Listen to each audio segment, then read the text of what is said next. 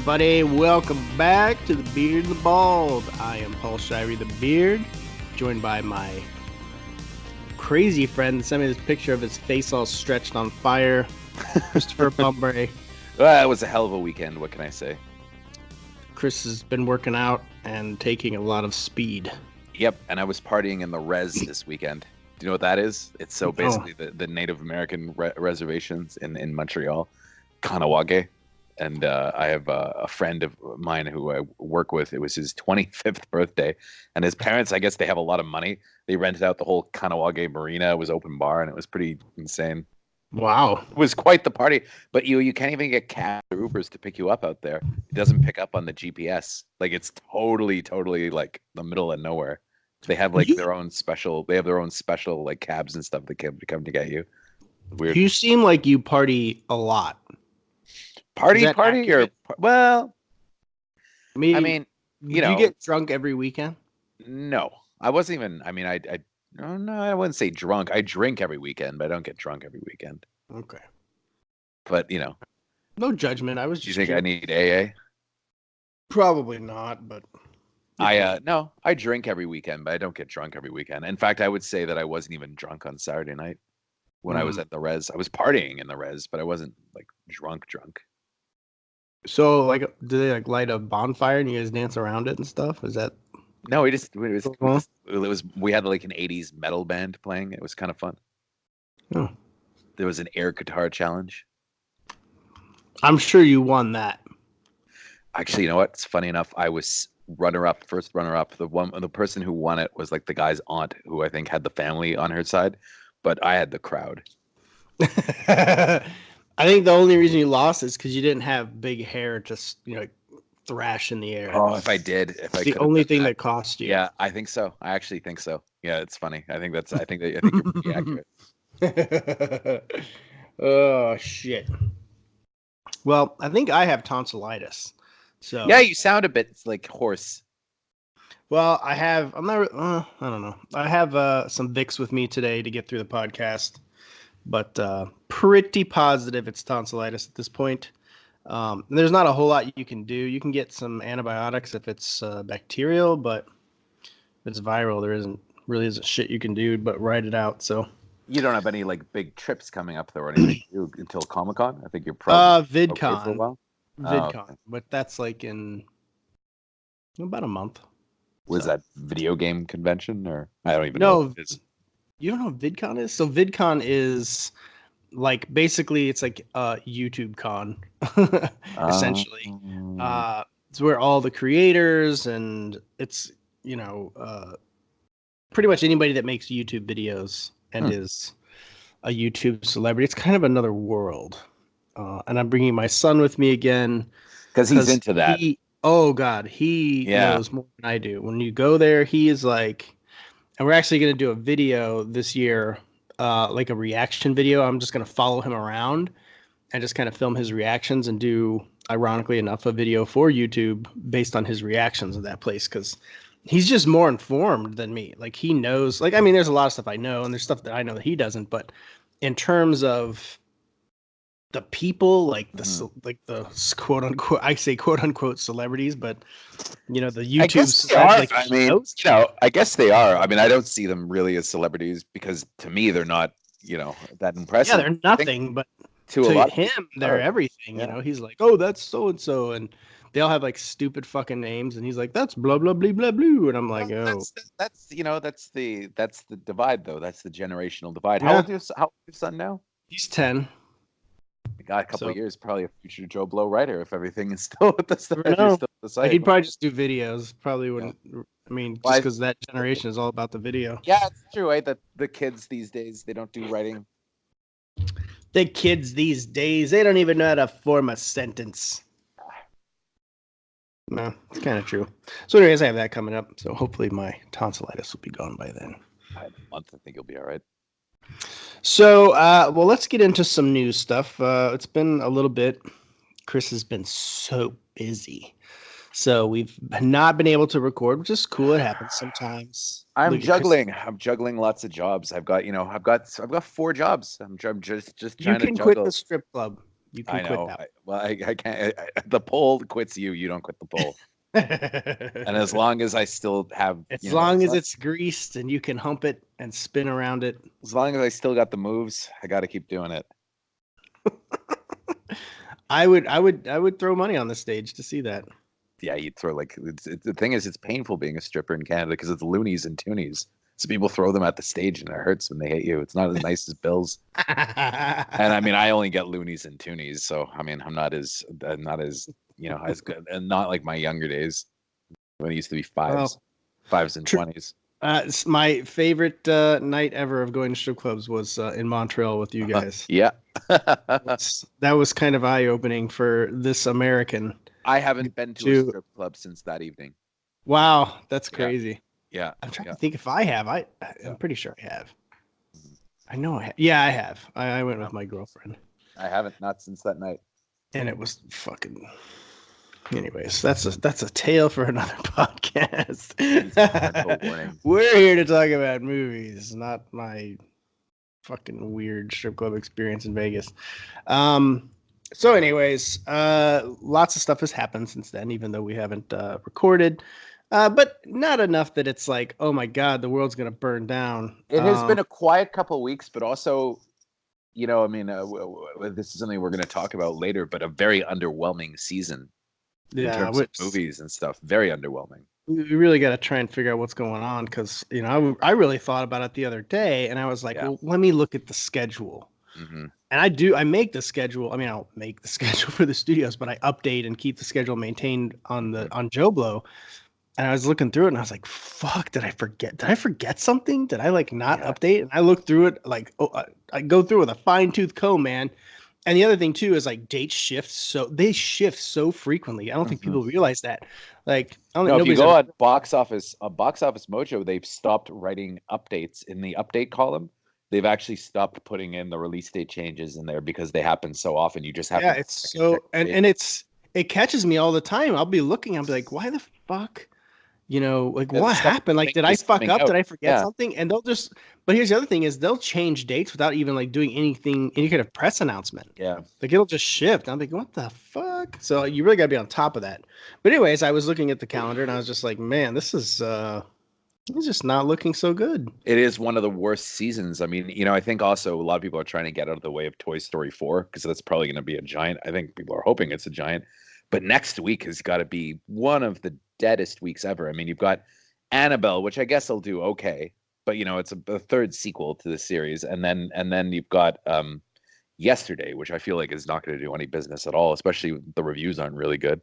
So, well, we're already into it, so we'll just go into that first. Let's start with that. Mm-hmm. We'll lead with that.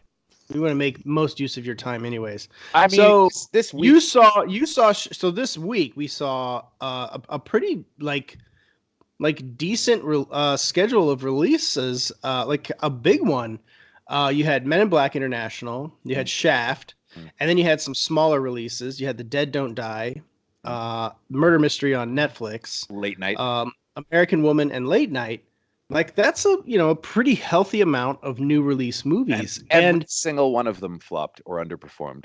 Yeah, and I think the only one that really got kind of like decent reviews was American Woman, which is but again that's like an indie, low key kind of movie that really feels like something that should have been on Netflix. Well, it made something like I was looking at the box office figures for it, like $800 a screen. Like it was pitiful. Nobody went to see it at all, and I don't understand why they released it in theaters. I mean, it makes no sense, especially there's nobody particularly famous in it. I mean, there's Sienna Miller, who's respected, but not famous necessarily. Most people don't. Let's be honest. Most people don't know who Sienna Miller is. No, they don't know. I mean, they don't. She's a great actress, and she's fantastic in that movie. I still think of her as the Baroness from the crappy G.I. Joe movie. I mean, I had no idea American Woman was even coming out, too. That was the thing. It was only because Jimmy O interviewed them, and he had seen the movie, and he loved it. He went crazy for it, and he told me, he goes, "You really have to see it. You gotta check it out." And I was curious, and I was like, "Oh, okay. Well, I mean, if you liked it that much, I'll watch it." And I watched it last weekend with my girlfriend, and we both really liked it. We thought it was a really good movie. And I mean, and he was right. It was great. I mean, it wasn't the best movie ever, like he's saying, but it was good. It was very good. And but I knew it wasn't going to do any business at all. Yeah, like who is that marketed to?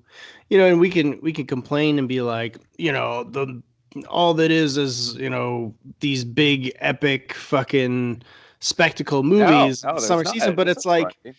but really, something like American Woman opening in a June release, like that's just it's kind of a death sentence for Well, any movie. same thing with Late Night. I mean, I saw it at Sundance and I liked it, but it's not a great movie. It's a good movie.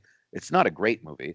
And It I doesn't knew, look great. It looks no, like it a was kind fine. of just throwaway comedy type movie. It just I doesn't look knew like anything super special. I think I that's knew it was going to die though as soon as they said they were releasing it in June, and I think it's probably going to be Amazon's last movie that they're going to go, wide theatrical with, unless they do it with Brittany Runs a Marathon, which seems maybe not even like a good idea that they do that. Although that's a great movie, because it's very telling. The biggest acquisition they made at Sundance last year was for The Report, which is with Adam yeah. Driver and That, John and Hamm. that's going on Prime 2 weeks after Yes, release. that's their new. I mean, that's the big experiment, right? And that's the one that they're putting up for Oscars and stuff. And I feel like that's gonna be the new norm with Amazon.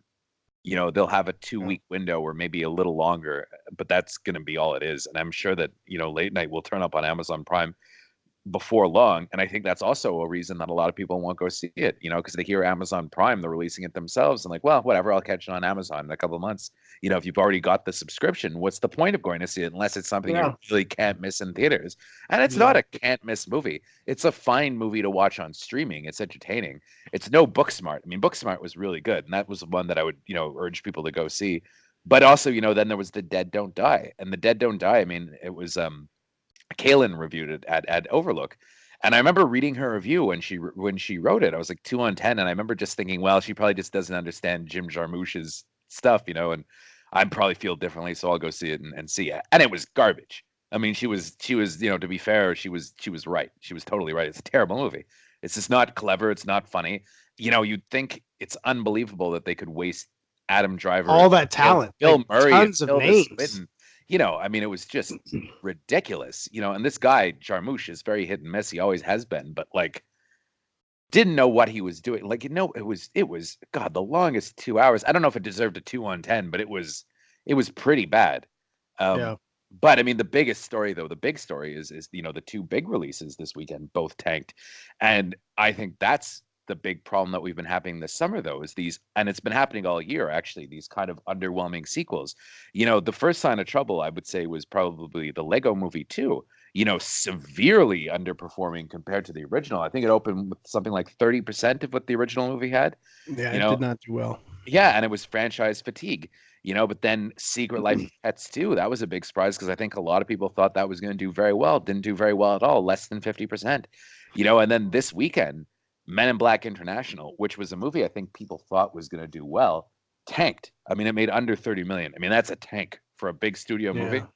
I And mean, then it was Shaft. number one, but that's Oh, actually the barely. fact that it bombed and it was number one and it's summer movie season. Yeah. That is not a good look. And then you can't overlook the fact that last week we also had an X-Men movie Oh, open and terrible take. business. So And you that have Dark Phoenix, you have the last of the Fox X-Men franchise, and that also bombed. And So that you've was got and that made two more weeks. money. And that made more money than Men in Black International did, which goes to show you how big of a flop that one is too. But yeah, those were gigantic flops. I mean, Dark Phoenix was a disaster. And Shaft, I mean, Shaft, $8 million. That's a surprise. Because I actually kind of like Shaft. I went to see it in theaters and everybody seemed to. I knew it was going to die though, because I went on the Thursday night and there was one other person in the theater besides me and my girlfriend. And we both liked it. We're not necessarily the audience for Shaft. I mean, I know Shaft, I know the Shaft movies, and I've always enjoyed the Shaft movies, but it is definitely for the, let's say, urban audience, right? But we both really liked it. We both had a great time watching it, but that audience clearly did not come out to see it for whatever Yeah. reason. I think it just didn't connect with them. The trailers, it wasn't sold properly, or simply that the character doesn't really have any relevance nowadays.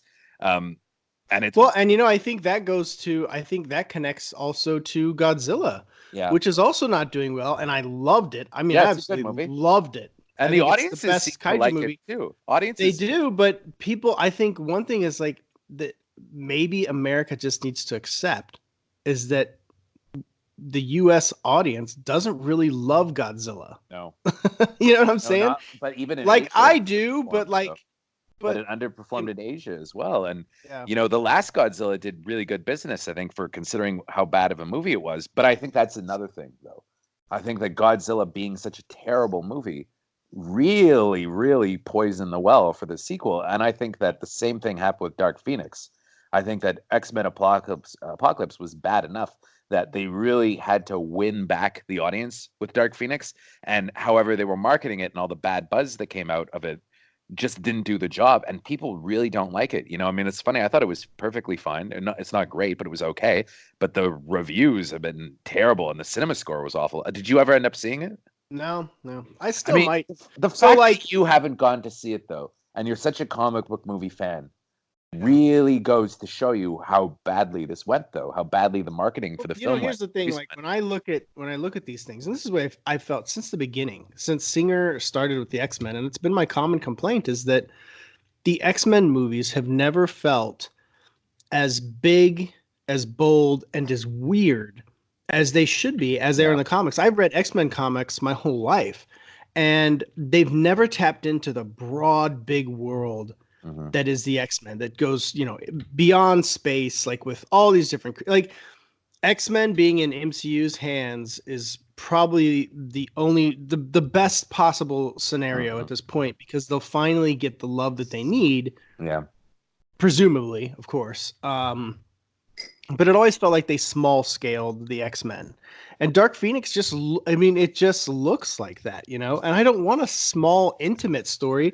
Dark Phoenix isn't a small, intimate story. It's a big story. It is, and it is a much smaller scale movie than the other ones. I mean, there's not nearly as much action either. I mean, they wrote a pretty good report on what was going on behind the scenes on Hollywood Reporter, and it was weird because it seemed the studio kind of took the wrong lessons from X-Men Apocalypse flopping. They were like, well, there was too much action.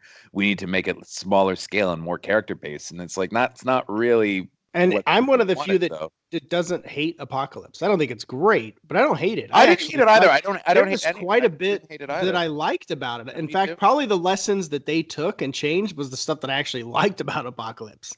To me, it felt like they finally started to tap into that otherworldliness, and the time spanning stuff. I'm not going to say it was executed beautifully because it wasn't, but they started to tap into that, and I appreciated it. And it felt more like a comic book movie. But then, like I saw, just the trailers for Dark Phoenix, it just felt like, oh, here we go. Oh, look, Jean Grey's still not wearing the fucking costume. That's always been my complaint about X-Men. They're so afraid to put these fuckers in costumes. Why? Well, none of them are wearing costumes. MCU has proven that, because I don't know if you remember, but early on, the reason that before the comic book movie genre took off, that's how old I am and how old you are.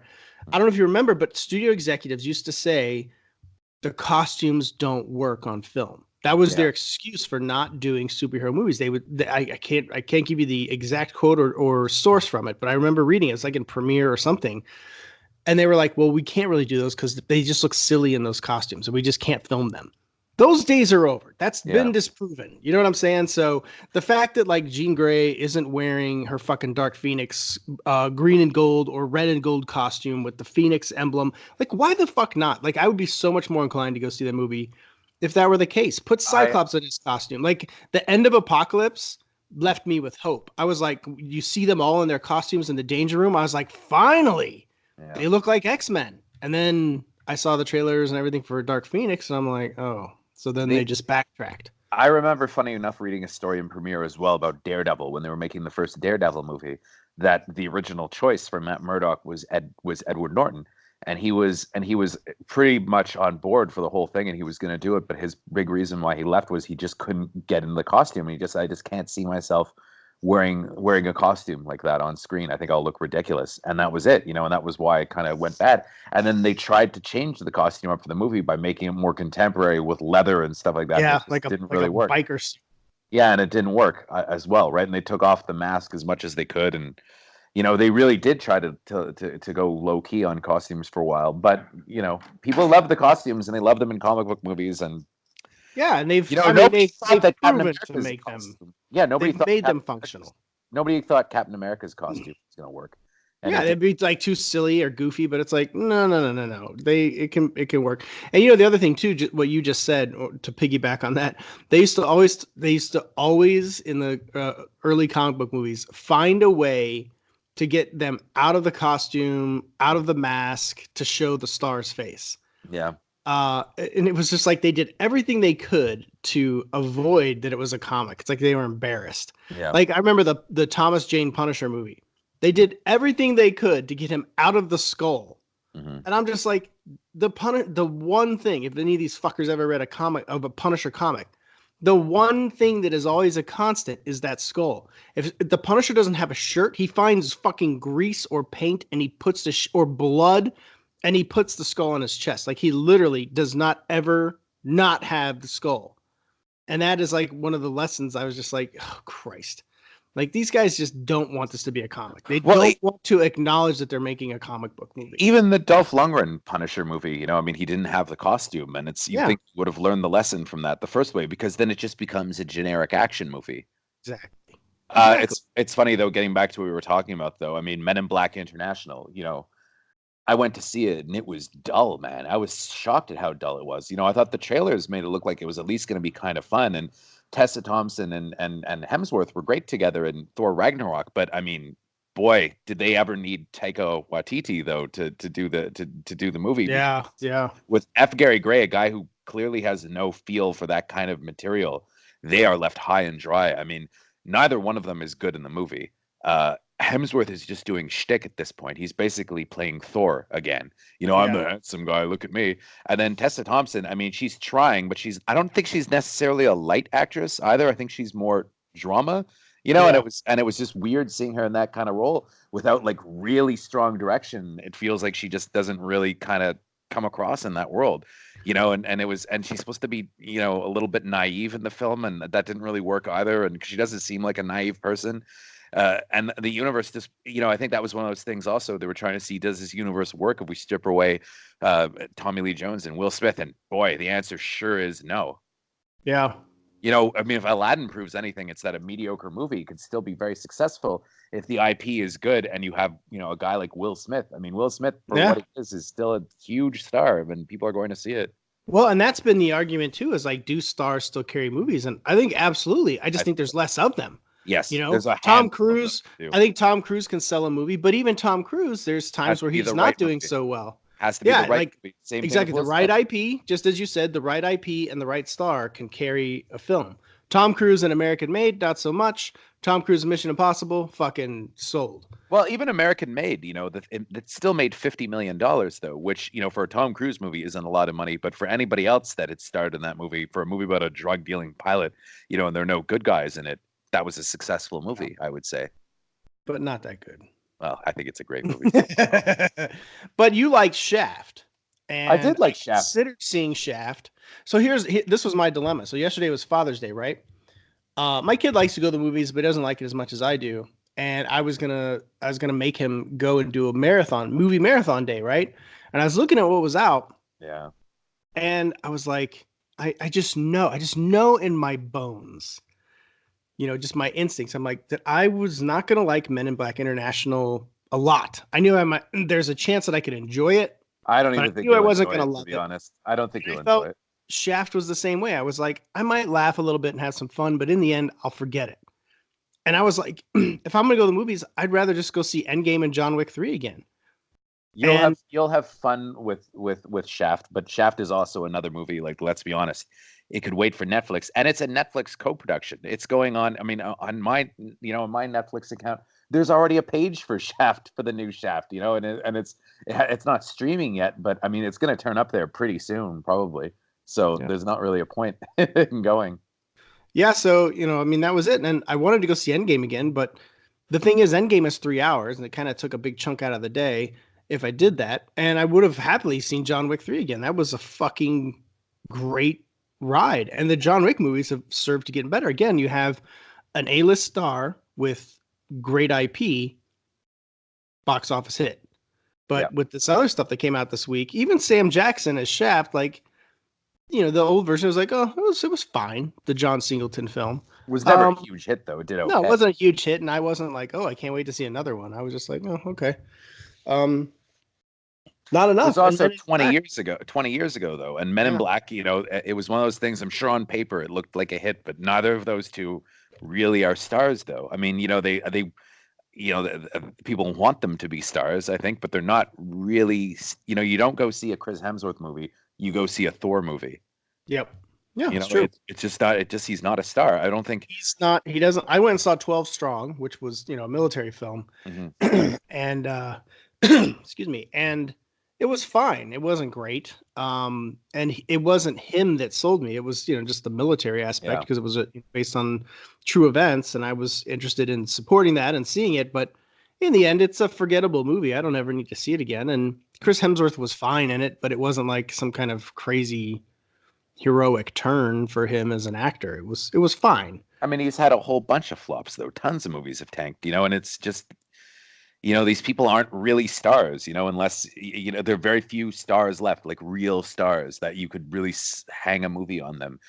I'd say Sandra Bullock is still a star. The fact that Bird Box did extremely, like, all those views, and that Ocean's 8 did pretty well. I'd say that person's still a star.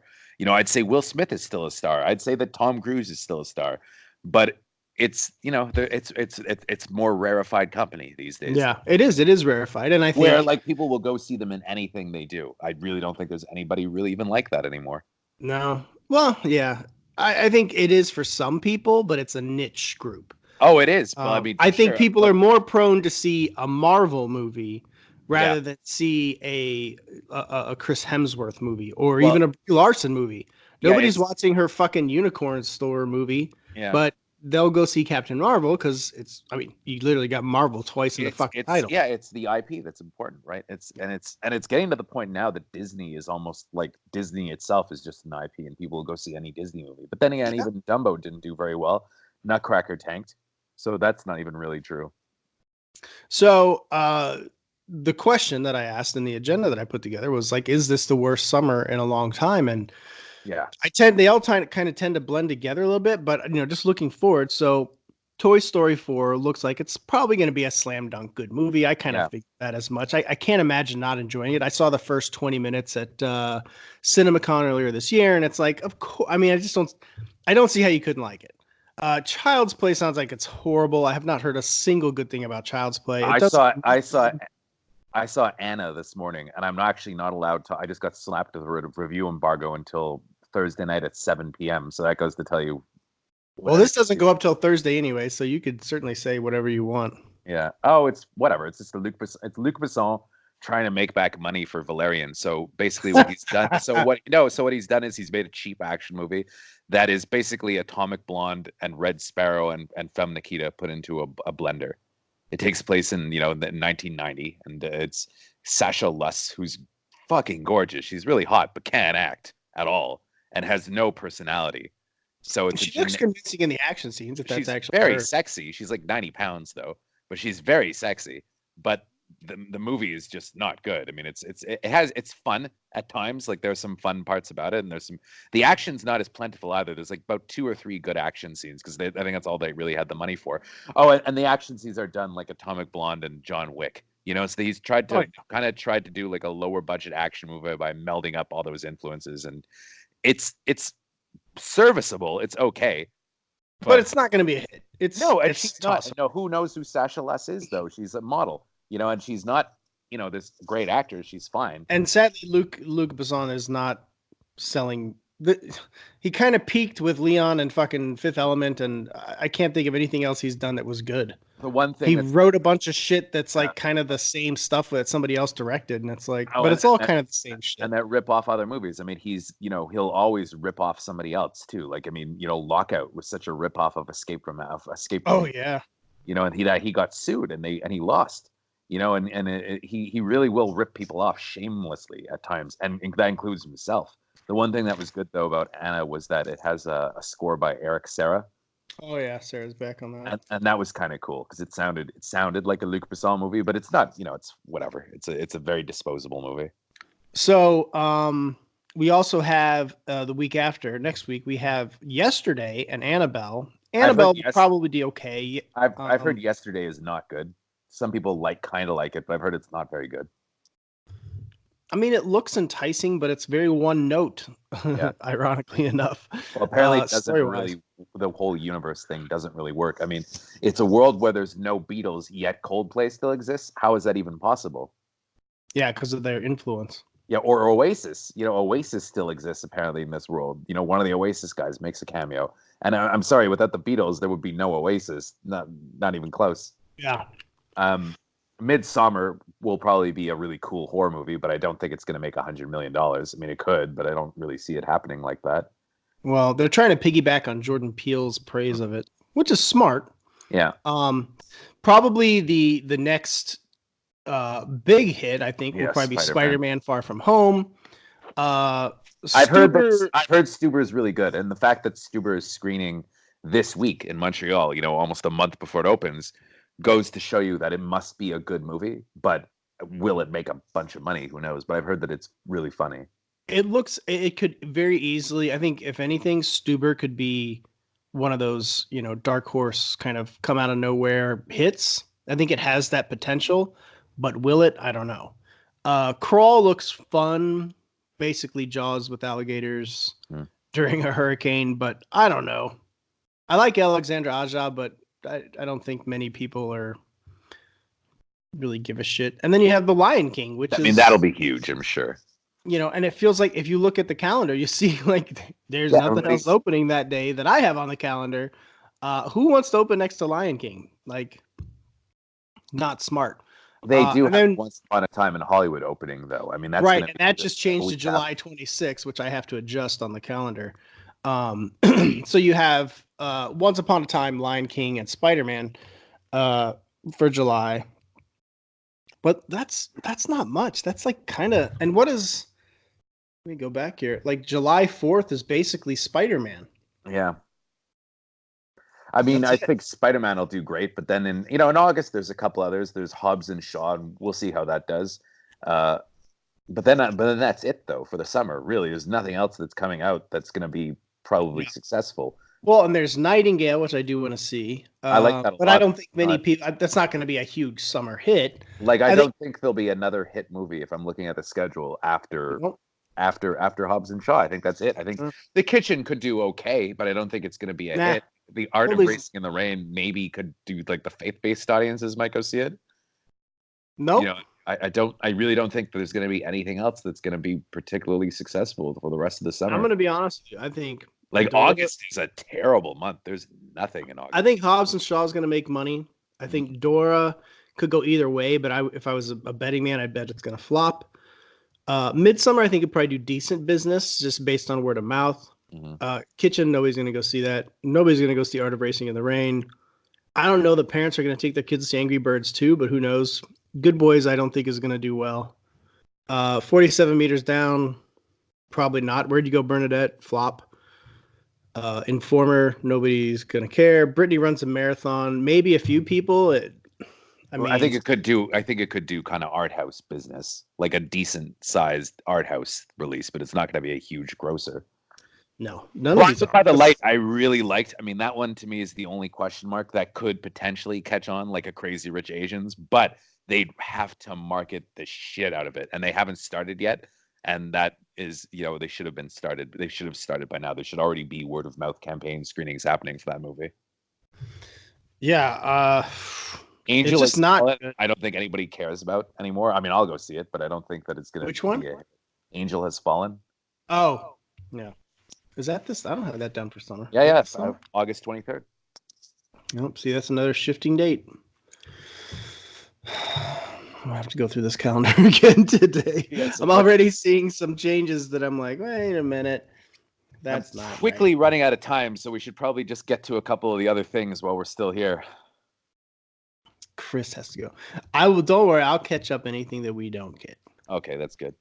So what else do you want to talk about? I'd like to talk actually about the Dr. Sleep trailer.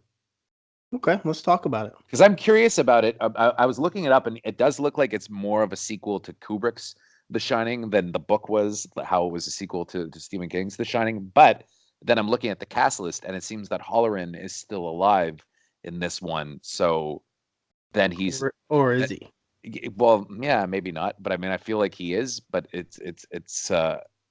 I guess they're trying to go both ways, kind of make it like a sequel to the book and make it like a sequel to King's. Not, I mean, I think if anybody could do it, Mike Flanagan can. But I'm very intrigued by that, though. I think like that could be a huge hit if it ends up being good. So my thing is, like, I think it looks great, and I'm not a huge Shining fan. I'm not like I don't bow to it or anything. It's an entertaining enough movie. I don't watch it frequently or anything. But I love that it ties into that. I love that there's scenes in that trailer that are basically reshot scenes from The Shining, which I think is really cool. But I haven't read the book. And I'm wondering if it's going to be more like fan service for fans of The Shining, or if this is going to be something else entirely. I don't really know what it's about. And King's work can sometimes be very ambiguous like that, where you're not like, you could read his book and be like, I really don't even know what the fuck this book is about, to be honest with you. Like, it's so out there and it doesn't really coalesce or come together in any way that you're just like, okay, it's about this. And I don't have any fucking idea what this movie is. I'm super intrigued, and I really like that Mike Flanagan is doing it because he's, just this great emerging talent. But I'm just curious, I think, more than anything. And I actually asked on Twitter, hey, whoever's read the book, should I bother reading it or just watch the movie? And I think I got one person that actually read the book. So I don't think anybody's even read this fucking thing. So I don't know, If they man. tap into the nostalgia of The Shining, though, I mean, that is a movie that everybody's seen, right? Yeah. It could potentially do pretty well. Well, we'll see. I mean, I love Ewan McGregor. Who does? No secret there. He is a specimen. He's Obi-Wan Kenobi. So I'll always love him. But I don't know. I'm intrigued. I'm interested. I'm just not sure what this movie is. Before I leave, actually, so you know what? If you're going to do the rest of the news, because there's not really any other huge news stories, but I would like to do some of the questions with you. But I just want to give a couple recommendations for TV, right? Because I've been watching a lot of TV lately when I'm not working. So yeah, I've been watching Big Little Lies season 2, which is not as good as you might hope. Considering I thought the first season was pretty good. The second season, it's kind of a slog. Have you watched this? Have you watched episode 1 yet? Yeah, I watched episode 1 and 2. Oh, you see, I haven't watched episode 2 yet, but it was one of those things. I always thought a second season of that was totally unnecessary, and it really is. I mean, you watch it now and you're like, well, why did they even come back? It felt like it felt like one of the bad sequels that we're getting in theaters this summer. There was no compelling reason for them to come back other than just to get, easy ratings. Well, and see this, and that's the problem with season 2 is that, it's now a murder mystery, but we already know the mystery. We already know the answer. And why it's like Zoe Kravitz says in the first one, why didn't they just tell the fucking truth? Yeah. Like nothing would have happened. You could have told the truth. Instead of covering everything up, it just makes no sense. They probably all still would have been absolved. Like, look, of course they would have and went crazy. Yeah, and there was a scuffle, and he fell. Like, yeah, she did it to save her life. Fuck. But anyway, I mean, it's really not. It's exactly. I think that's it. The weakness of it is that it's really just not that clever of a situation that requires a cover up. Had they all like premeditated it and done something, now that would be interesting, and maybe keep some of that back for season 2 where we don't know. But it's no fun when you know everything. Because the problem was it was so clearly never intended to go 2 seasons. It was an adaptation of a novel, and they should have just left it as it was. And there's no second novel, so. But that said, though, there's a show that I'm watching now that I love that I pretty much watched almost all of it yesterday. Good Omens on Amazon with Michael Sheen and David Tennant. I haven't watched it yet. That's a great show, and that's also an adaptation of a novel, which I've never read, but I like that show a lot. It's really good. It's like good fantasy with a really well developed universe, and it's funny, and the cast is absolutely terrific. David Tennant, Michael Sheen, John Hamm, Nick Offerman, Michael McKean. Frances McDormand. It's just there's so many great people involved with it. I mean, it's a Miranda Richardson. It's a great show. So I've been watching that, and I do have though an interview to play for you guys this week. So Too Old to Die Young just dropped on Amazon Prime, and to be honest, I haven't watched it yet. They sent me episodes 5 and 6, which were the episodes that played at Cannes to basically start with my interview with Refn about. And I asked him why they were only sending out 5 and 6, and it was strange because even our TV critic Alex Mady only got episodes 5 and 6 to watch, which is really weird. And because you're starting it like it doesn't give you any allowances. It's not like a reboot of a show. It starts in the middle of the premise. And I watched some of the episodes, just enough to do my interviews because I wasn't going to be reviewing it.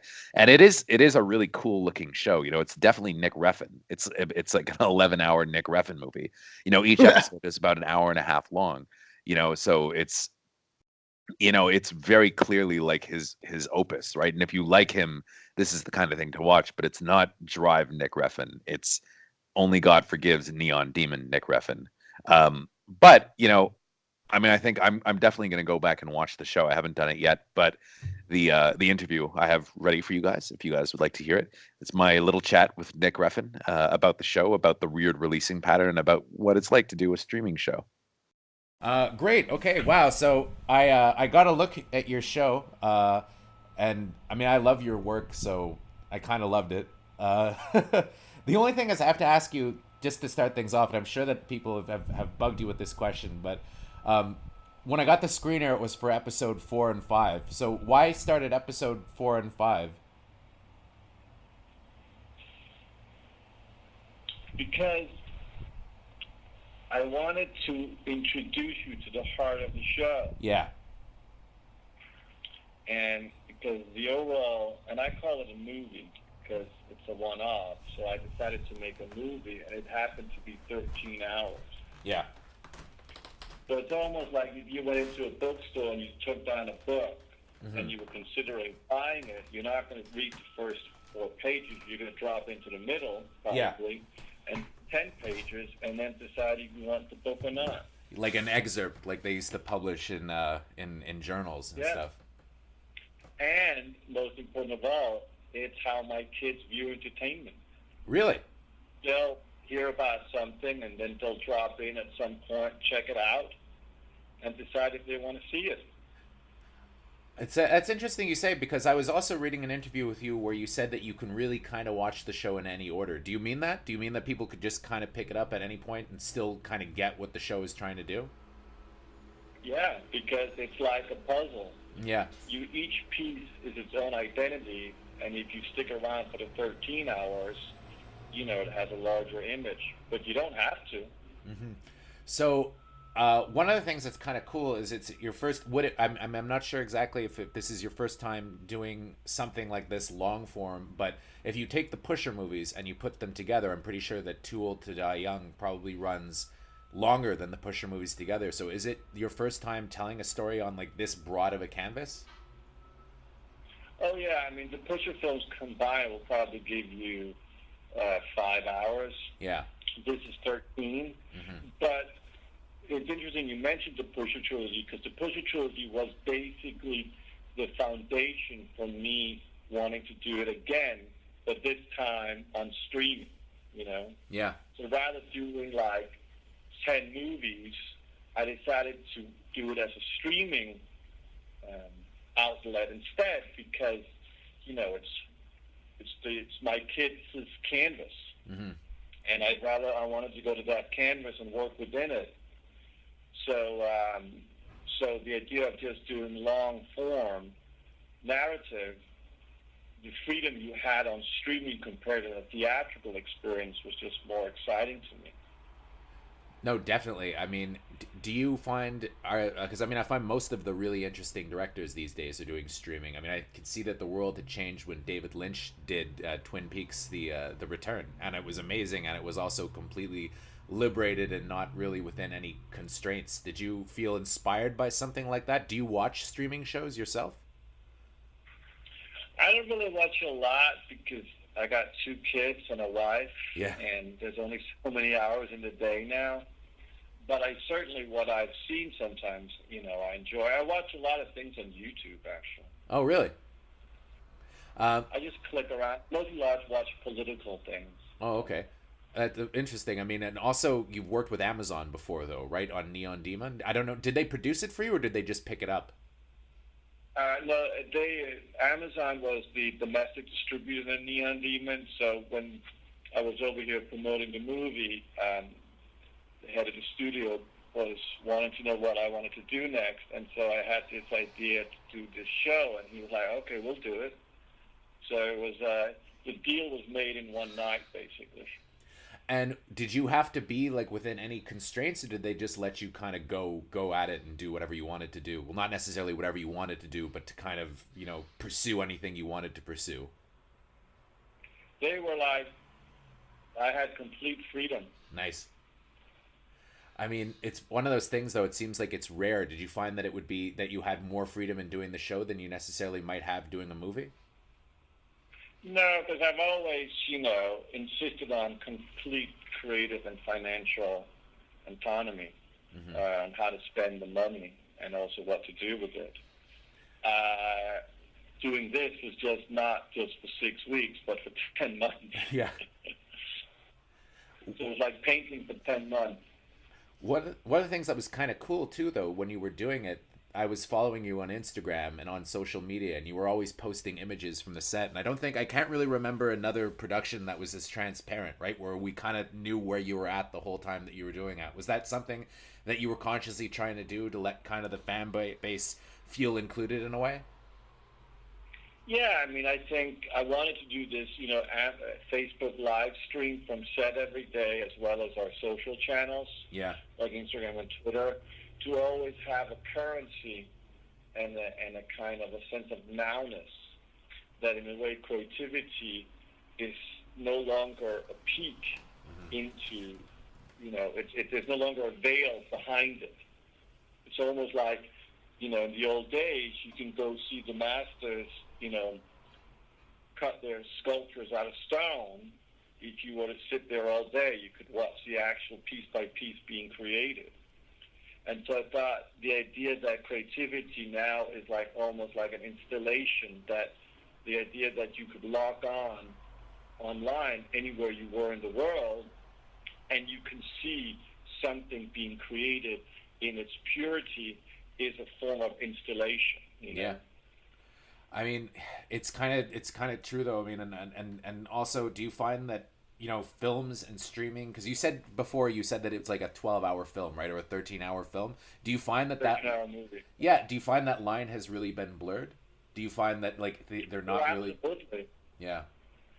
Like they're For not. me, I mean, I don't watch television. Yeah. I mean, I think TV is, the internet didn't kill the cinema; it killed television. Yeah. Oh, really? Because, yeah.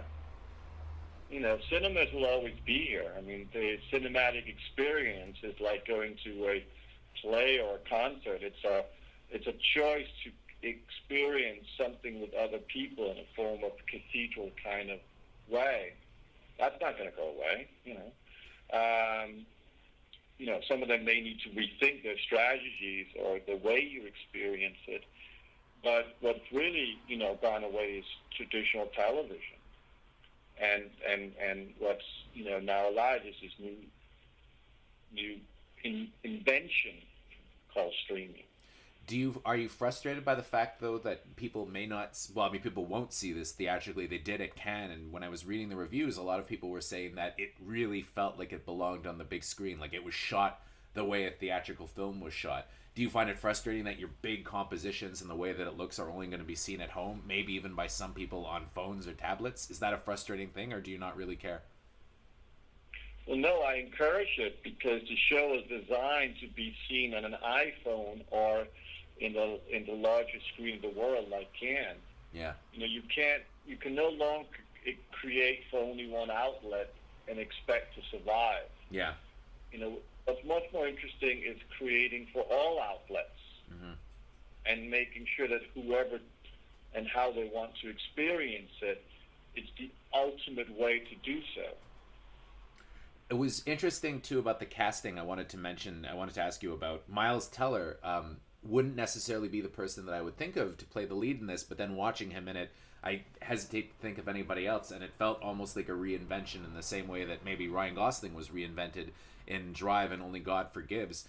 You said somewhere though that he reminded you of Elvis. Can you elaborate on that a bit?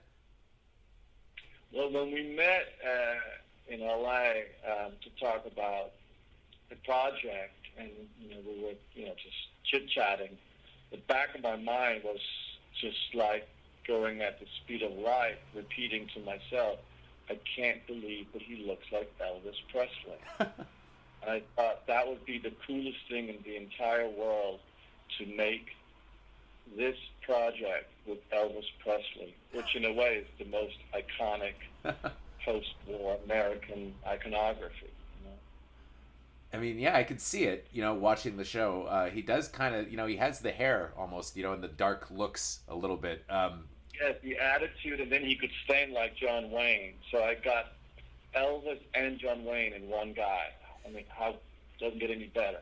And also, I was reading that he kind of, as you say, he makes a transition as the show starts. And I guess the ones that you showed at Cannes, episode 4 and 5, would you say that that's kind of the pinnacle? Like, that's when he actually makes his transition from being a corrupt cop to being the vigilante and being the Avenger that you're kind of trying to go across? I mean, it did seem like there was kind of that break towards the end of the 5th episode.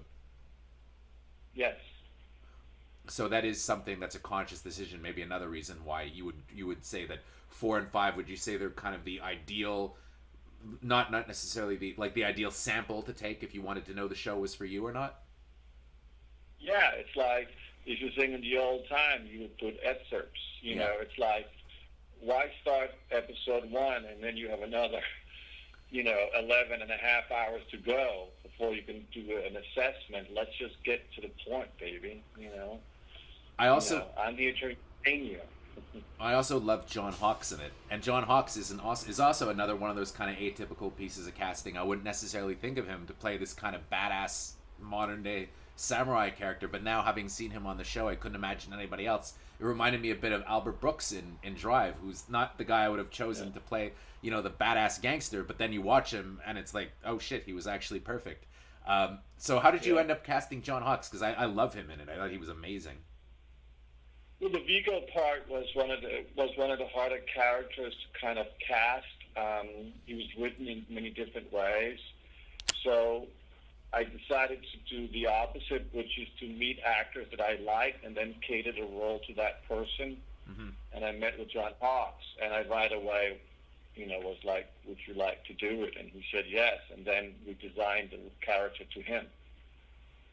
Did you find also, because it's provocative, the show's very provocative in the violence and stuff like that, and also the relationship that Miles Teller's character has with who seems to be a high school student in it.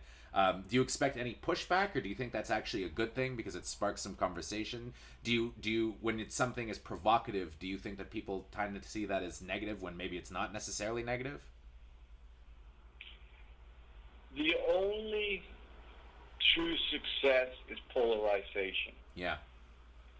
Because that means that whatever the product is has either made you love it or hate it. And once you're in that hemisphere, there's something to talk about. There's a point of view, and it creates dialogue. And I've always believed that creativity is not meant to please you, it's meant to violate you. At least from my point of view, and that you use creativity as a catharsis opportunity to interact with other human beings. Well, and then there is art that's purely an experience, which is equally as interesting. I've just always been more interested in using it as a kind of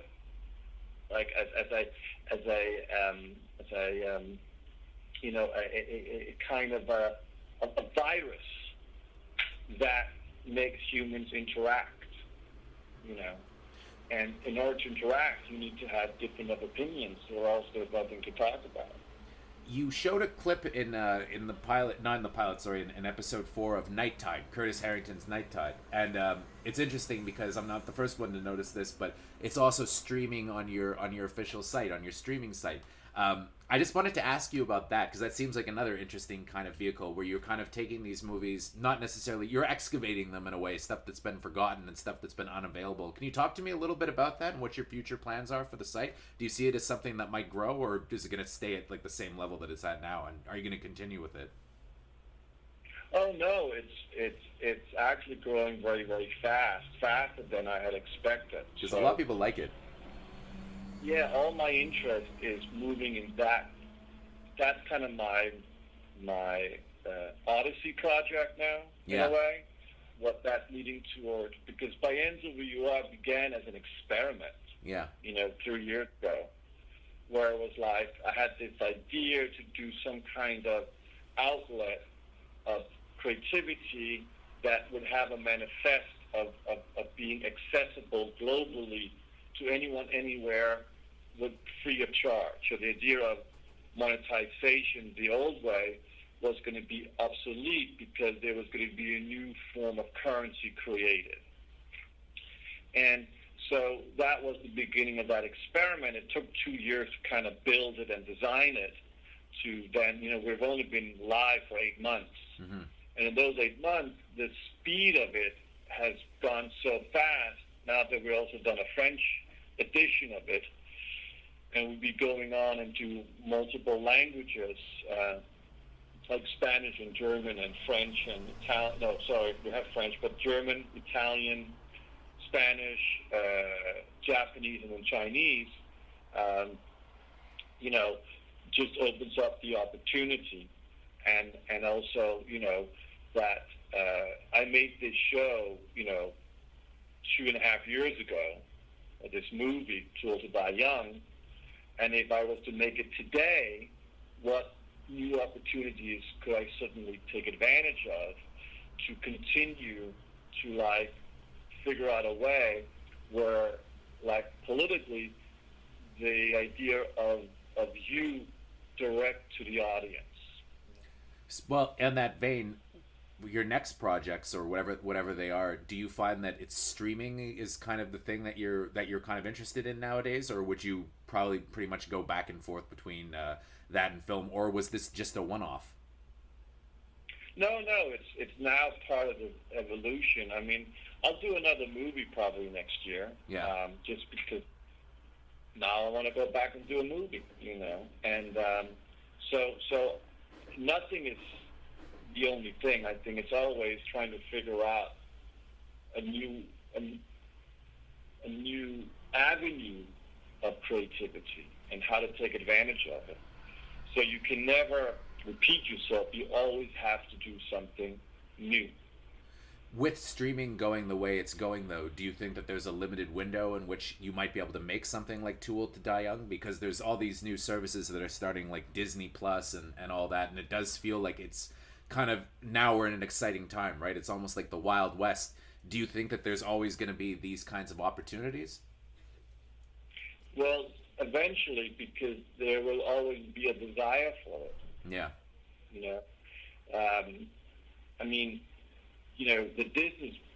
The Disney model is one of the greatest oil machines you can ever imagine in entertainment. It's probably the ultimate entertainment success.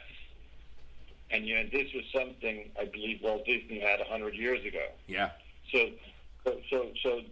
I have enormously respect for their business model and their approach and the way that they do things and their product, of course. But that's just one side of the coin. Sure. Now with streaming, the idea of good and bad doesn't really exist because there's an audience for everything. There's a taste for everything. There's a fetish for everything. So it's like there's a billion ways of doing it. Well, and the barometer for success has changed too, though. That's the thing. Also, I mean, I remember in the olden days with TV, if you weren't watched by 30 million people, it was considered a failure. But now you can be more niche, I guess. Oh yeah, because niche is global. Mm-hmm. Sure, if you were domestically not watched by X amount of million people, you were no longer the high ratings. But now it's a global content, and it's forever. Mm-hmm. So when is something a success? I mean, ironically, a lot of the shows that, in terms of TV, that's always pulled up as examples of quality and success were not successful the first time around. It took a few years before it gained momentum. Absolutely. So it's like there is no such thing potentially as creating something an instant opportunity. Maybe there is, maybe there isn't.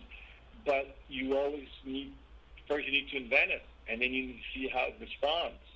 And some things will take longer to be invented or figured out or visited or discovered, and some things will be instant. But when is something successful, really? Because it's also about the longevity. You know, most things that are being experienced are forgotten, you know, right away after. Is that successful now? Well, thank you very much. I appreciate it. I love the show, and I look forward to watching the rest and starting again, starting at the beginning and getting into it again. I really liked it. So thank you very much for talking to me. Absolutely, man. Have a good day. You too. Bye-bye. Bye. So before I let you go, because I have to go teach, were there any questions that we got online? All right. Well, let's see. We're going really out of order here, Chris. I know. I'm sorry, everybody. Don't worry. I'm still going to cover some more more news. Kevin Malloy is apparently upset that I don't have a Canadian flag on my deck, but I don't live in Canada. Why would I? Yeah. I'm an American, bruh. I'm a veteran. I'm going to have an American flag on my house. Let's see. So this news is developing right now. I don't know that it's a sealed deal yet, but apparently there's, J.J. Abrams has been shopping where he's going to go, and it looks like Warner Media, he may be closing with them, which opens him up to kind of handpick into the DC EU if he wanted. And Jeremy wants to know what we think his chances are doing a Man of Steel 2, or that he'd have, or let's see, or do you think they'll roll DC Universe into their streaming service? I think, first off, DC Universe is absolutely going to get rolled into their streaming service. Yeah, no doubt. Why on earth would they keep both of those? Yeah. When I previewed it at Comic-Con last year, I thought that the comics, being able to look at the comics on the screen was really cool. But in hindsight, looking at it after using it actually at my house, I was like, I prefer just holding the comic in my hands, and I can't imagine many people actually using that function. It seemed like that whole thing was a bit of a non-event, but if they do bring in J.J. Abrams, I'm assuming that it's more going to be for his TV work than his film work, but I could be wrong. He takes him a long time to do a movie, and he's doing Star Wars and he's caught up with that. I could definitely see him doing a DC movie at some point. I'm sure they'd love to get him involved with DC somehow. I mean, he's kind of the reboot king at this point. But let's see. I mean, if that's even what he wants, I could see if they've got Matt Reeves doing the Batman. I mean, Matt Reeves and J.J. Abrams have always worked together, so they could potentially do something that way, maybe rebooting Justice League at some point, but I don't think it'll necessarily be a continuation. I don't know if I could see Henry Cavill coming back as Superman at a certain point, because by the time a Superman movie gets off the ground, Henry Cavill will be probably about 40 years old, and it's just, I feel like they're going to go with a younger actor, and it just seems like, Man of Steel I actually really like Man of Steel. Man of Steel is my favorite Superman movie. But I think that's kind of over, though. Like, I think that phase of it is kind of done. It's really sad. I will say, I do agree with a lot of people. I do find that to be a little sad. Yeah. Because I really, really like Henry Cavill as Superman. I think he is a great Superman, and I think he could easily do many more Superman films. I think it's, I don't know, man, almost tragic, to lose Henry Cavill. Really, I wasn't heartbroken to lose Ben Affleck. Losing Affleck, I felt like there's no way he's going to last very long. Yeah. From the time he was announced, I didn't think he'd last long, because he's Ben Affleck. You know what I'm saying? He's a filmmaker, and it did not seem like somebody that was going to stick around for a decade. I never felt that with him. With Cavill, I was like, man, he could be Superman for a really long time. He's still fairly young, but I mean, he's mid-30s. So I don't know. It's going to be interesting to see what happens there. It's really, it'd be sad if they couldn't bring him back. I would love to see Abrams do just a Superman movie with Cavill. Is that a Man of Steel too? I don't give a fuck what you call it. I would just call it Superman. It'd be cool if he did, but yeah, I would call it Superman as well. But it's I don't know. We'll see. I feel like it's not going to happen, but it'd be interesting if it did. But I do think the reason to bring him over to Warner Media is they want streaming shows, and they want them from J.J. Abrams, and they want like the J.J. Abrams who did Alias and Lost and all those shows. Like I could definitely see him doing another show or something, and he could be a very big canvas too for him to work on. Like he could do a huge show. Well, I mean, but it does open him up to those properties if he wants to do a feature. It gives him a big list of shit to choose from. I mean, Warner Media, if they want to make themselves, a big force in streaming, they're going to need something huge to launch them off the bat, and Disney Plus has that, right? Like they got The Mandalorian and they've got those Marvel shows that are going to come out. So to compete, I think that Warner's is going to need something massive. They've already greenlit a couple shows, but they're smaller scale shows, so I wouldn't be surprised if they could somehow get, a J.J. Abrams or something like that involved. Yeah. Well, it's true. They do. They do. Could get a Superman show with Henry Cavill. You never know. That would be cool. Yeah, that would be cool. Hey, I mean, that's what Disney Plus is doing. Why couldn't Warner Media? Who knows? Maybe Warner Media is lining something up like that. Maybe. I think that they could. I really don't see DC Universe lasting another year. To be honest with you, I think any of the shows that are a success that they want to continue, we'll just roll over there. Like the Teen Titans show seems to be doing, or Titans seems to be doing very well. So I think that would continue over at Warner Media. Swamp Thing is already canceled, so they don't have to worry about that. And they have like the Harley Quinn animated show, all that other stuff that's not even out yet. That can just go over. I mean, they did that with, they're doing that with their classic movies, apparently with Filmstruck and stuff like that. And, I don't know. I think it's going to be a big umbrella. I hope we get it in Canada. We're not going to get it for a while, I don't think, because the rights issues are going to be a nightmare because HBO has a huge deal with one of our big conglomerates here, but we'll see. Paul, I'm afraid I have to leave. I'm sorry. I got to go teach a class. All right. So you don't want to do any more questions? I can be late. The only question I can answer is, what is love? Baby, don't hurt me. Baby, don't hurt you. And I do. I love you, even though things you're hurting everybody. Even though you're leaving. I'm just mad because I was supposed to get a Don Johnson phoner last week and it didn't happen. That was a hell of a carrot to dangle too. Yeah, what they're like? Hey, seriously, I got back to them fast enough. They're like, "Oh, sorry, it was too late." I took me an hour to get back to them. I had email problems. I don't know. I got some issues with that rep, so yeah. Maybe he hates you. I don't know. It's weird. So I was punished because he's not exactly my favorite. Like having some weird. Not mine either. I know who you're talking about. Yeah. Yeah, like really. Anyways, I'm not going to that shit. But anyways, Chris, the idea that I got from the email was like, "Sorry, you're not important enough." It's like, really, who else fucking interviewed him? I doubt anybody from a site that's as well read as ours. Whatever. Fuck him. All right. Well, you have fun. We're going to continue. So one of the things I want to discuss that we didn't get to was they had mentioned, not they, one person, individual, Punisher co-creator. Was it Gary Dugan? Who the fuck was it? Gary Conway. Why did I say Gary Dugan? The fuck's Gary Dugan? I think that's somebody. Jerry Conway. If your name's Jerry, why do you start it with a G? I guess you don't have a choice. Your parents did it. Anyways, he thinks Maggie Smith would be a good pick for Alfred in Matt Reeves' Batman. To which, a lot of people kind of lost their minds. They're like, no, gender swapping, I'll stab you in the neck. You motherfucker, I hope you die and get cancer after you get hit by a bus. But I don't know. Like, I don't know about Maggie Smith, but for whatever reason, and here's the thing, I think that the gender swapping stuff, when it's done as like an agenda or done just for the sake of swapping genders and not just because they're picking talent that works, I think it's fucking stupid. But for whatever reason, I think that it's an interesting concept if we had a female Alfred for one of these movies. And I'm not against it. I'm not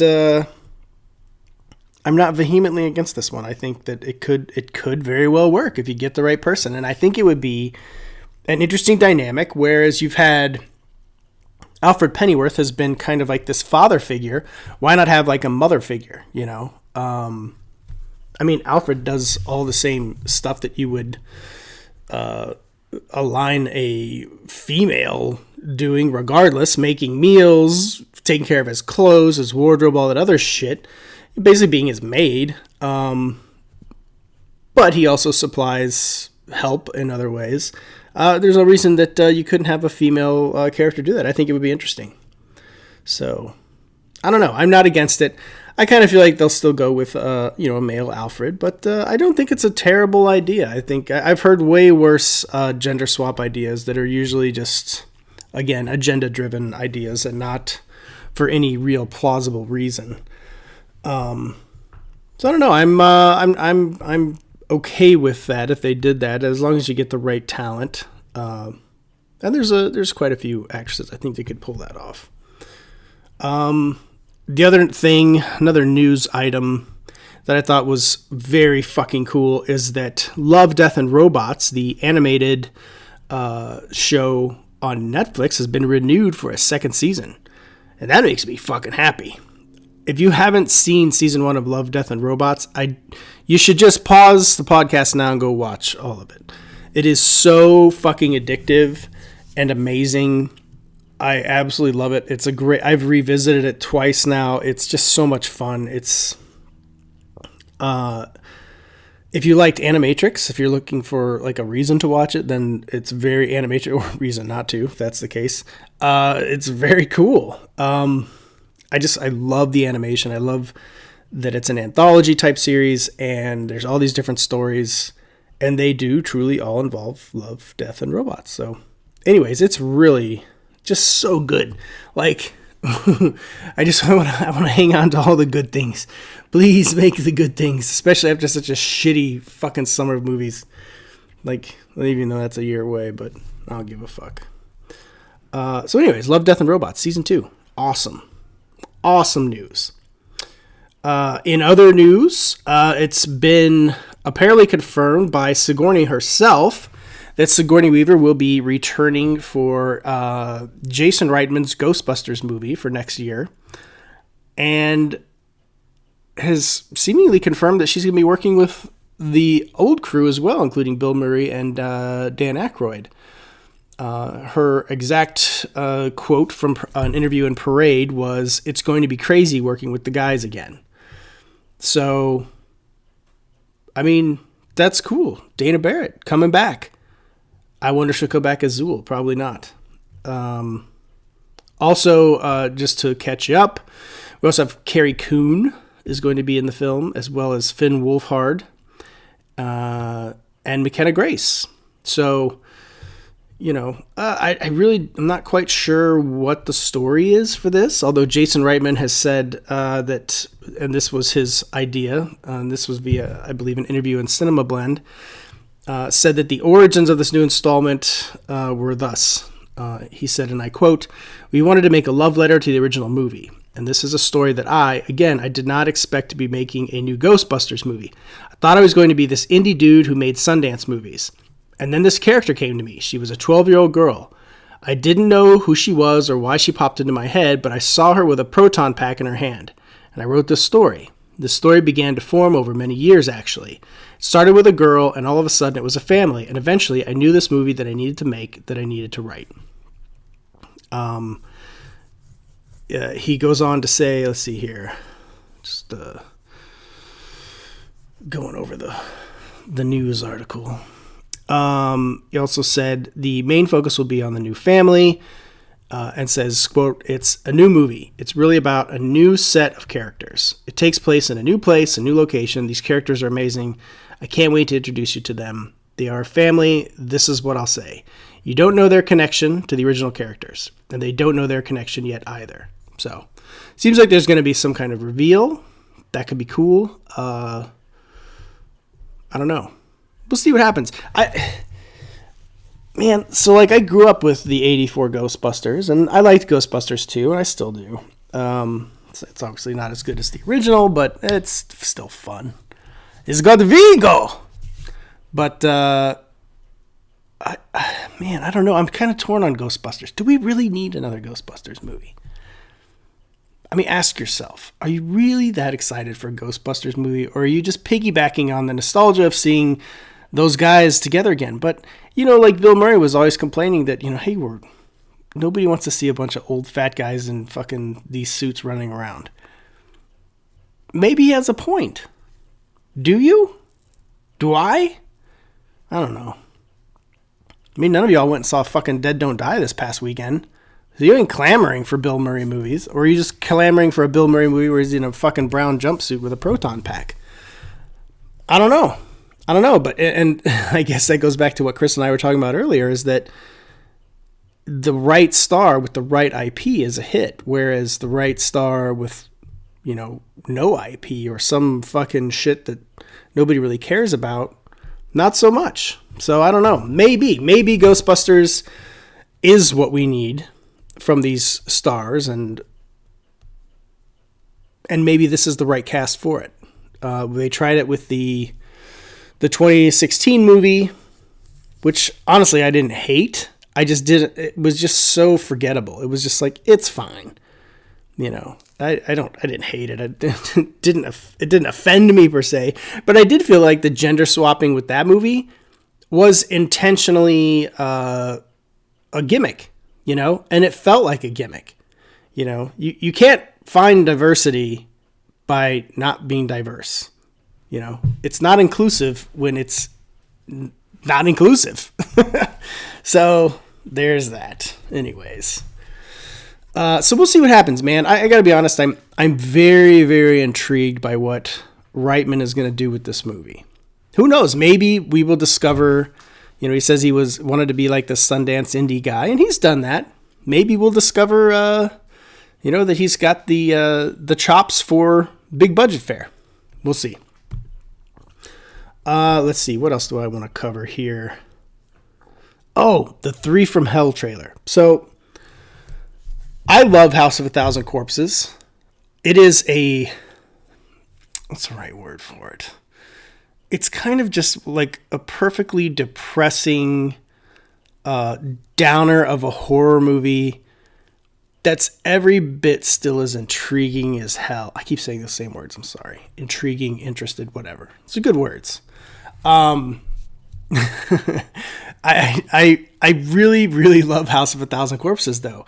It's like, man, I guess it's kind of, in a way, it almost encapsulates the horror genre in that sad, not happy ending kind of way, but happy ending for the bad guys. It's the bad guys win kind of ending, kind of movie, and it's and it's so just sadistic in that way. It's like it's like if you took a heroic like action movie with, morally sound good guys, and you just completely flipped it. You did like the upside down version of that movie. That's what House of a Thousand Corpses would be, where the bad guys win and all the good guys are killed or tortured, and just everybody dies horribly, and there's just no silver lining for the good guys. Silver lining for the bad guys, which is just fucked up. So then there's The Devil's Rejects, which I actually loved even more, and I thought it was a true fucking horror show. Like, the torture and everything like that. It felt obviously more grounded than House of a Thousand Corpses, which was a little more, kind of weird and crazy, like the shit with Dr. Satan and all that other stuff. Like, it's just, like wild and out there, whereas House of a Thousand Corpses almost felt like a serial killer film. And I really liked that grounded aspect, and I really loved William Forsythe's like revenge-seeking guy who, hit a gray area in terms of his morality, but I love seeing the tables turn on the bad guys. I thought that was kind of cool for that movie, but then obviously it ends in a way that, for him anyways, that he was done. But so the ending is, the spoilers for anyone that hasn't seen it, is them getting blown away by the cops as they chase forward, and they're playing fucking Freebird. And it's I thought it was a great ending. Like, it was both a happy ending, I think, for both people rather than House of a Thousand Corpses, whereas a happy ending for those of us that wanted to see the bad guys punished, and kind of a happy ending for those that wanted to see the bad guys win, because ultimately they didn't give themselves up, and they just, they went out the way they wanted to go out. So now there's 3 from hell, and they're all alive and well. Well, not well, but they're alive. And we see that they're like in prison, they're captured. Obviously, they're going to get out, they're going to kill more people and be crazy. That's about all I know about it, really. But I feel like it kind of sours this perfect ending to Devil's Rejects, which I really think is just a perfect ending to those characters. So it's like, I get it. Like Rob Zombie wants to like revive them. It's probably, it's his most successful series, although his Halloween remake was actually quite successful. And actually, I really like Halloween 2. I felt like that was his, really Halloween was just a remake of Carpenter's film with a little tinge of zombie, whereas Halloween 2 is full zombie. So if if you hate his movies, there's nothing I can tell you that's going to sell you on any of that. But I thought Halloween 2 was fun and cool because it was very much that was his real Michael Myers movie. Anyways, but like the House of a Thousand Corpses series is definitely his more popular one. So I get that he may want to, would want to carry on these characters with Baby and fucking Spaulding and everybody. But I just wonder if it's going to sully what Devil's Rejects left us with. Because that can happen, where it's kind of like, there's certain things where it's like you want to pretend like that the next movie in the series didn't exist, because it kind of ruins it. All right, so we'll see. I don't know. I'm intrigued, and I'm a zombie fan, but in many ways, outside of the Devil's Rejects and House of a Thousand Corpses, I don't feel like he's really made a fully formed great movie since, or well, maybe even really good movie. But they're always like, they just suck you in with their depravity, however you want to say it. Speaking of another filmmaker that does his own thing, Quentin Tarantino gave us a small update on his R-rated Star Trek, which I'm all about it. I would love to see it. I like the Star Trek movies. I like the new casts and everything. And anyways, Tarantino said that there's a script that exists for it now. I need to weigh in on it, but haven't been able to do that yet. Well, he's been a little busy making Once Upon a Time in Hollywood. And he says, oh yeah, it's an R-rated movie. If I do it, it'll be R-rated. So people immediately got worried about that. And they were like, well, why do we need R-rated Star Trek? Do we need, Starfleet swearing and fucking and doing all this and hardcore ultra violence on the Enterprise? I don't know that that's the case. I don't think we're going to see that. But Carl Urban, who plays Doc McCoy on the movies, in the new movies, said that it really just allows Tarantino to more fully explore the horrors of space. And this is what he had to say. Quote, you shouldn't worry that it's going to be full of obscenity and stuff. He wants an R rating to really make those beats of consequence land. If it's not PG, if someone gets sucked out into space, which we have all seen before, we might see them get disemboweled first. It allows for some breadth, gives him some leeway to do that. To me, that was always one of the things I loved about that, what DeForest Kelley did, who played the original Doc McCoy. He would actually capture the horror of space. That look in his eyes of sheer terror always struck me when I was a kid. Urban goes on to say, from what little he knows about the project, that it is bananas. Quote, Quentin Tarantino went in to J.J. Abrams' offices and pitched him an idea for a Star Trek movie. I know a little bit about what that is, and it's bananas. So it wouldn't be really rad, so it would be really rad to get to make a film with him. That would be a dream come true. He is definitely an auteur. Whether you like his films or not, he is a good filmmaker, and he makes interesting stuff. So to me, that is what you get. That is when you get the best results. So, I'm all in, man. Like, I'll be there for a fucking Tarantino Star Trek movie. I mean, I'll watch anything Tarantino makes at this point, to be honest with you. I just recently watched Reservoir Dogs. I watched it last week, and I still love it. It's just It's a great fucking movie. So true story. When I the first saw Reservoir Dogs, so I saw a trailer for it on a it was VHS. It was before DVD. I saw it on a VHS and I was like, man, this movie looks great. I really wanted to see it. And then I finally saw it on the shelf. So this was like a totally different era, man. There's no fucking internet or anything. You know, it wasn't like I could find out the release date or like that. It just pops up on the shelf, on the new release shelf. And I was like, oh, there's that fucking movie. So I rented it and I was with my cousin and we both watched it. And man, we just fucking loved it. I think, you know, that it was Tarantino's calling card. A lot of people say it's Pulp Fiction, but that's not true, man. Reservoir Dogs is the one that fucking started it. Anybody that's like a true Tarantino fan knows that it was Reservoir Dogs, man. That was where like, holy shit, this is fucking great. Like, we want to see more of this. And we watched Reservoir Dogs 3 times back to back. I think we ordered pizza twice and just soaked it in. It was just so good. So yeah, man, I'm down. Do whatever, man. I want to see somebody like phase and like the phasing get fucked up and have like some Fly type shit. Like one of the humans merge with an alien or something and just be like this horror show mass of fucking monstrosity. You know that'd be cool. Don't argue. All right, is there anything else? There was a couple other questions. So let's see.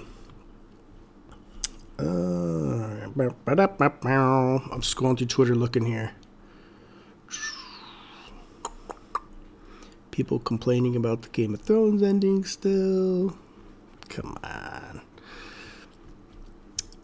Bat Fleck. He wants to know what my most disappointing movie so far this year.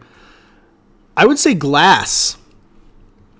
I was really looking forward to Glass. I love Unbreakable. I really enjoyed Split, and I thought, man, Glass just seems like it's going to be great, and it was really not. I didn't care for it at all. I know some of you did, and that's cool, but man, for me, that ending was fucking garbage. I just did not like it. Did not feel earned. I felt like Bruce Willis's character just kind of went out like a biatch. It didn't make sense to me. None of it made sense to me. I thought it was executed so poorly. I don't mean to pick on Shyamalan. I recently rewatched Signs, which is on HBO right now, and I fucking love Signs. It's such a great fucking sophomore film for him. It really is. It's so good. And it's got a little bit of pretension and a little bit of amateurness, but in a great way. It's got great performances from Mel Gibson and Joaquin Phoenix, who just elevate the film. It's got a really strong script too, and even though it's got those kind of like pretentious elements to it, it's still so good. Highly recommend it. And James Newton Howard's score for that movie is fucking fire. All right, Jack Burton's got a fucking question. Jack, I'm just going to tell you right now, I hate this question. With the recent tease of Spider-Man 4 in comic form and the combo of Venomverse, MCU, Spider-Verse, do you think there's room for Sony to pick up where Spidey 3 left off and have a separate Spider-Man franchise from the MCU and bring back Sam, Tobey, Kirsten, and make Spider-Man 4 or more? No. That's never going to happen. I feel like we have these conversations a lot. You have these like strange high hopes, Jack. But it's not going to happen ever. I need you to bring it back to reality a little bit. There's never going to be a Sam Raimi, Tobey Maguire, Kirsten Dunst Spider-Man movie ever again in this lifetime. I'm sorry. It's not happening. You have to think, this is the one thing I find a lot of times, and I'm not picking on you, Jack, I'm kind of speaking in general here for a lot of fans. There's so many people that never take in the business side of this industry. They get so wrapped up in the fandom that they don't stop for a minute to think about the financial aspect. Same thing with the Snyder Cut. And they don't think about contracts and rights and all this stuff. There's so much that goes into it. It's nowhere near as simple as you think it is. As a fan, it's easy to think that things are that simple, but in reality, they're just not. Getting those actors and Raimi and everybody back to make another Spider-Man, first off, they're past their prime in terms of the actors. Too far gone. I don't think Raimi would want to do it. And the money. Who's going to bank this when they're already financing another Spider-Man movie and another Venom movie? I know that this is like, people love to like talk shit about Hollywood, be like, they've just got stacks of money sitting around, man. You just open any drawer in a fucking studio office and there's just stacks of cash there.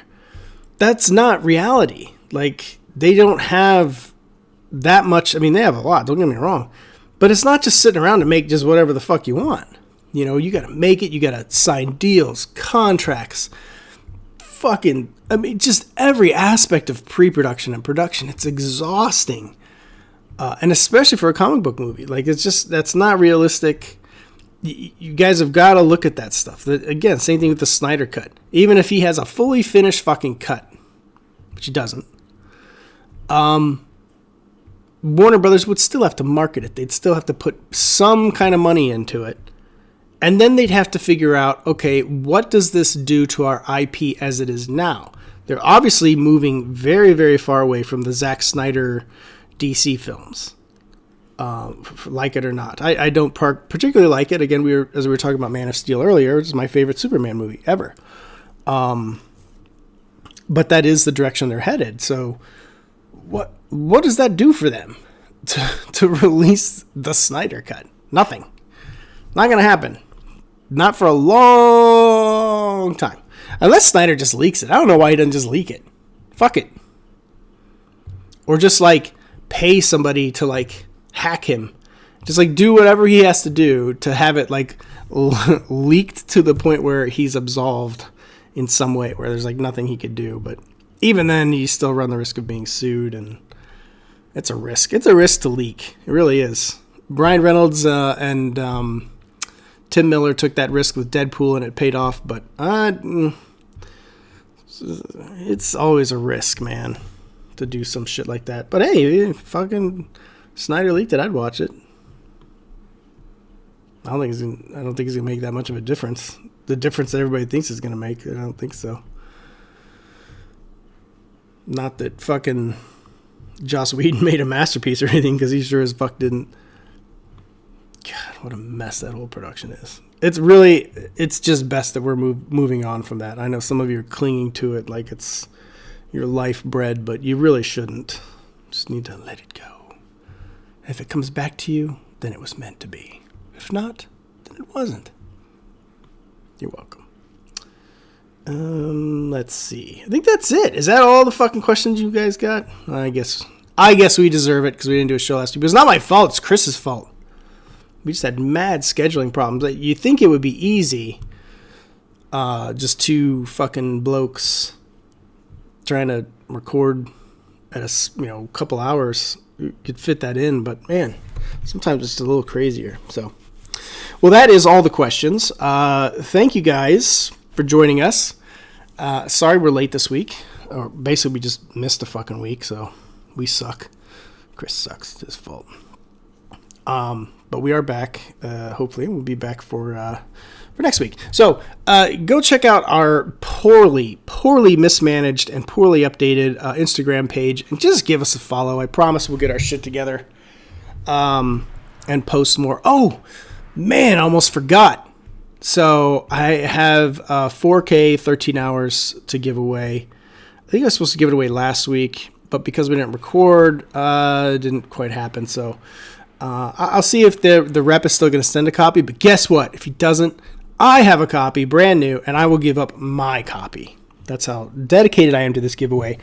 13 hours, directed by Michael Bay, based on the true events in Benghazi, where the consulate was attacked, and the brave men that and women that basically fought back the attackers And now we're no longer in that fucking place where we shouldn't be anyways. But pretty fucked up thing. And I actually got to do the junket for that film and interview the real guys, which was just one of the most awesome things ever. I was really, really happy about that.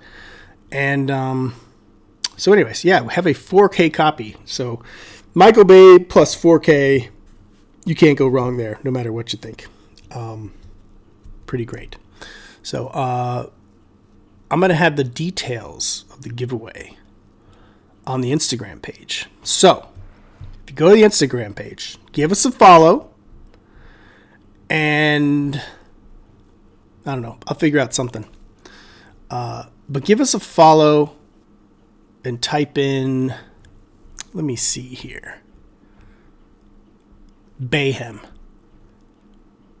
That will be the proof that you listen to this episode for the giveaway. And then if people just copy you, well, whatever. I know who signed in first. So, but it's not necessarily first come, first serve. I'll just pick somebody. But I want to pick one of our followers. So, follow us. It's a reward for listening. So type in Bayhem. Get yourself either my copy or maybe a copy from the rep of 13 Hours in 4K. It's a great fucking movie. I really love it. John Krasinski's fucking great in it. The whole cast is great, so it's a good one if you've never seen it. So, ending with that, go check us out at that Instagram page. Go to iTunes, give us a rating. Please give us a rating. Give us a review if you'd like. I would love it. Chris would love it. And just check back with us. We'll be up on YouTube as well. So you can follow us on the JoBlo Videos channel there. And we'll keep you updated and happy with our voices, talking shit about movies. So thanks for joining us. We will see you guys next week.